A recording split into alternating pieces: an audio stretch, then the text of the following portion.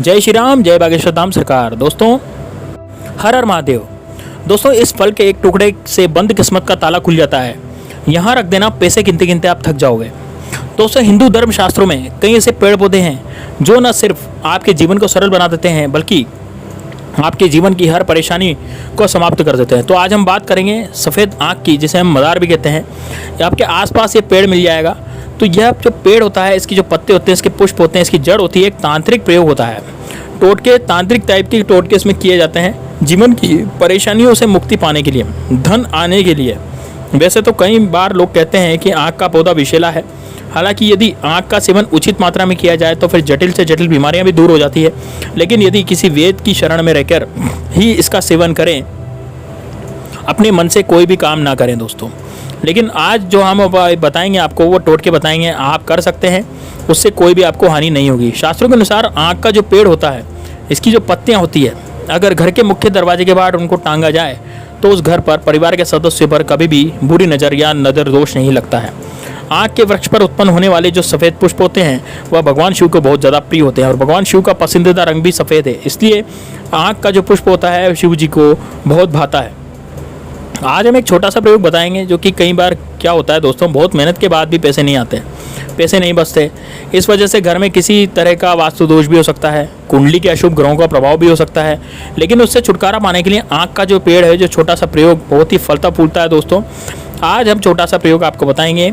देखिए, अगर जीवन में आपको लगे कि जैसे कि घर में पैसा नहीं टिकता, धन अपने हिसाब से नहीं आता, उसी अनुसार चला जाता है, जिस हिसाब से धन आता है उसी अनुसार चला जाता है, हमेशा रुपए पैसे की तंगी रहती है।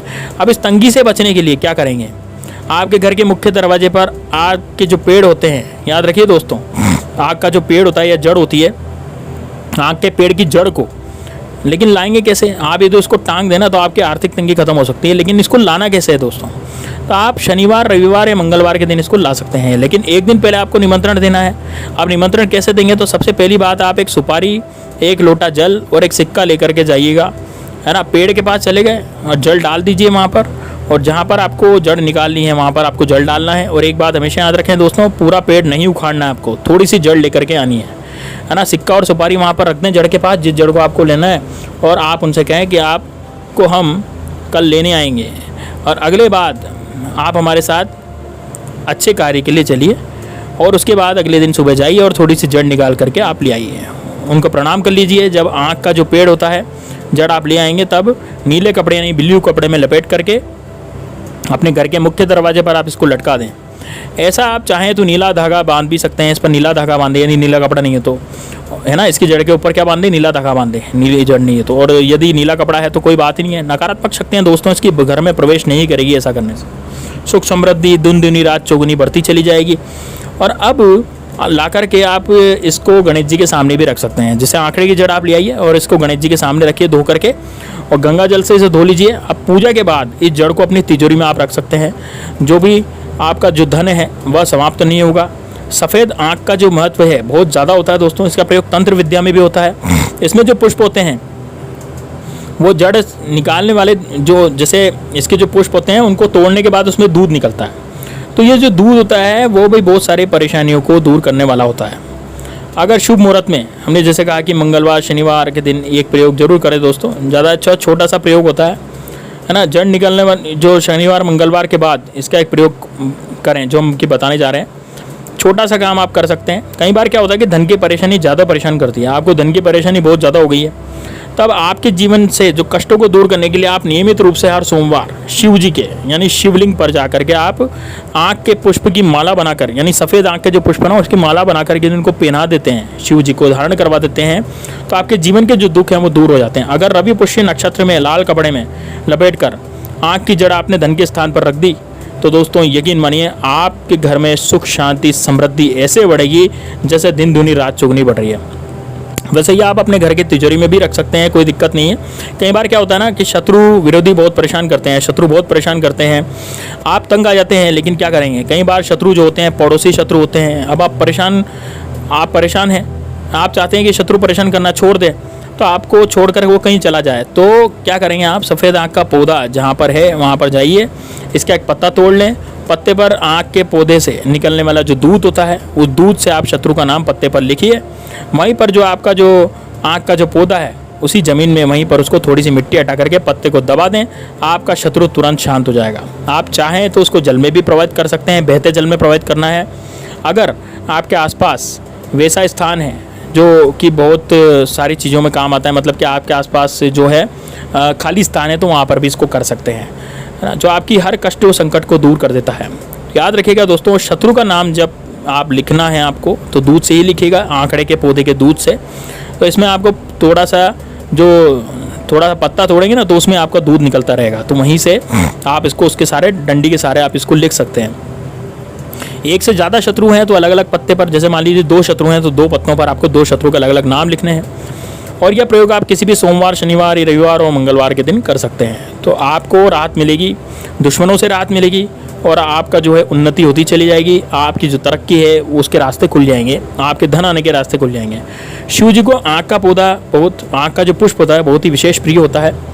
और अगर एक छोटा सा प्रयोग कई बार होता है दोस्तों कि अपने घर में जो बच्चे हैं उनको नज़र लग जाती है, अक्सर तबीयत खराब रहती है, तो क्या करेंगे, जो सफ़ेद आँख होता है उसका जो पुष्प होता है उसके 11 पुष्प लें और उसकी माला को बच्चे को पहना दें। आप देखिएगा नज़र दोष जो है वो दूर हो जाएगी, है ना। जैसे आपको पता लगेगा दोस्तों कि सफ़ेद आँख के जो पौधे हैं उसकी जड़ में 21 साल के बाद, यानी 21 साल के बाद जो पुराना पेड़ हो जाता है उसकी जड़ में गणेश जी की आकृति बन जाती है। इस आकृति को अगर आप उनकी पूजा करें तो जीवन में रोग, दुख, कष्ट, परेशानी सभी से निवारण मिल जाता है। सफ़ेद आँख जो होता है, सफ़ेद आंकड़ा जो होता है उसकी जो जड़ होती है घर के मुख्य दरवाजे पर टांगते हैं।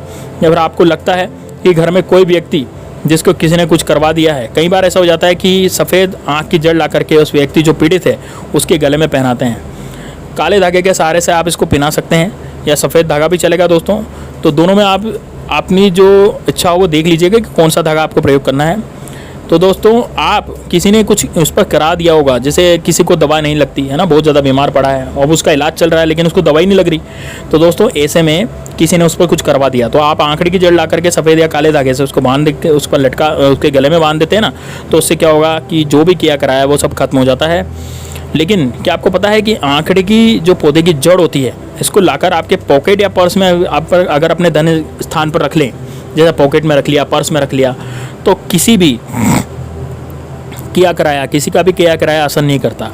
इससे बहुत सारे प्रयोग हैं, लेकिन बाद में हमेशा याद रखिए दोस्तों, अगर आप इसको ताबीज़ में भरकर धारण करते हैं या घर के मुख्य दरवाजे पर बांध देते हैं तो बड़े से बड़े तंत्रोक्त क्रिया जो है वो उसको कट जाती है, उसका काट है दोस्तों ये। क्योंकि मदार का पौधे, आंकड़े का पौधे, आँख का पौधा जो होता है, जो आंकड़े का पौधा भी किया जाता है, इसको शिव जी को सबसे ज़्यादा पसंद है। और ये पुष्प जो है इसकी जड़ है वो तांत्रिक पौधा है, इसे मदार कहते हैं।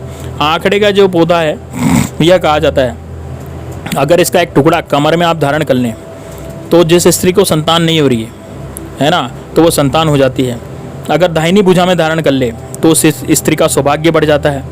पौधे की जड़ गणेश जी की आकृति कुछ साल पुराना होने पर अपने आप उगती, अपने आप बनती है। गंभीर से गंभीर परेशानी में इस पौधे की जड़ को आप ले आइए, गंभीर से गंभीर परेशानी इस पौधे की जड़ से समाप्त हो जाएगी। और घर की रक्षा के लिए भी, तंत्र क्रिया से बचने के लिए भी इसका प्रयोग मुख्य दरवाजे पर करा जाता है।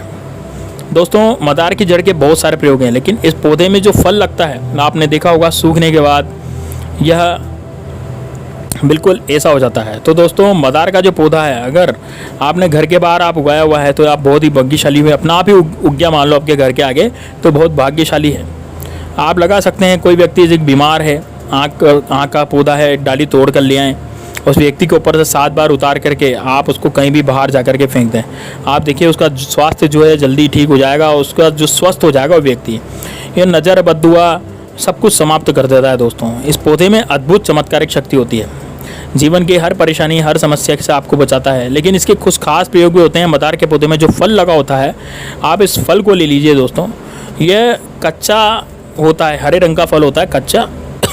तो दोस्तों सूखा फल भी आप ले सकते हैं, सूखने के बाद भी यह उड़ जाएगा। मान लीजिए ये सूख रहा है फल और आपने नहीं तोड़ा तो वो उड़ जाएगा, आपके हाथ भी कुछ भी नहीं लगेगा। इसलिए आप इसको ले आइए, कच्चा फल भी आप ला सकते हैं। इस फल को हल्का सा सुखा लो, है ना, इसको कच्चा मत रखना, ये सड़ जाएगा बिल्कुल। आप इसको बिल्कुल सुखा लें और सुखा करके आप इसको अपने पूजा घर में रखें, है ना, इसकी पूजा कर लें, पूजा घर में रख करके इसकी पूजा कर लें। पूजा घर में रख करके पूजा घर से निकाल करके इसको कहीं भी छत पर, छज्जे पर, ऊपर कहीं भी छत पर रख सकते हैं। ऐसी जगह रखें जहाँ पर ये सूख जाए, है ना। उसके बाद इसको लाल कपड़े में बांध कर लपेट कर आप इसको संभाल करके रखें। दोस्तों जीवन की हर मुश्किल से आपको बाहर निकल जाएंगे। चारों तरफ आपकी ये फल आपकी रक्षा करेगा। इसका जो फल होता है, मदार का जो पौधा बहुत ही काम का होता है। इसका जो पुष्प होता है, अगर आप नियमित रूप से शिव जी को अर्पित करेंगे तो जीवन की हर मुश्किलों से आपको ये निकाल देगा। बहुत ही सिंपल है दोस्तों इसका प्रयोग और बहुत ही अचूक है। अगर शत्रु परेशान कर रहे हैं तो मदार के पौधे के पास जाएँ किसी भी मंगलवार शनिवार को दिखे तो कोई टोके नहीं, इस बात का आपको ध्यान रखना है। और अगर यह सफ़ेद फूल जो है यदि आप इसको लाएंगे और शिव जी पे चढ़ाएंगे, जैसे आपने तोड़ लिया, तोड़ने के बाद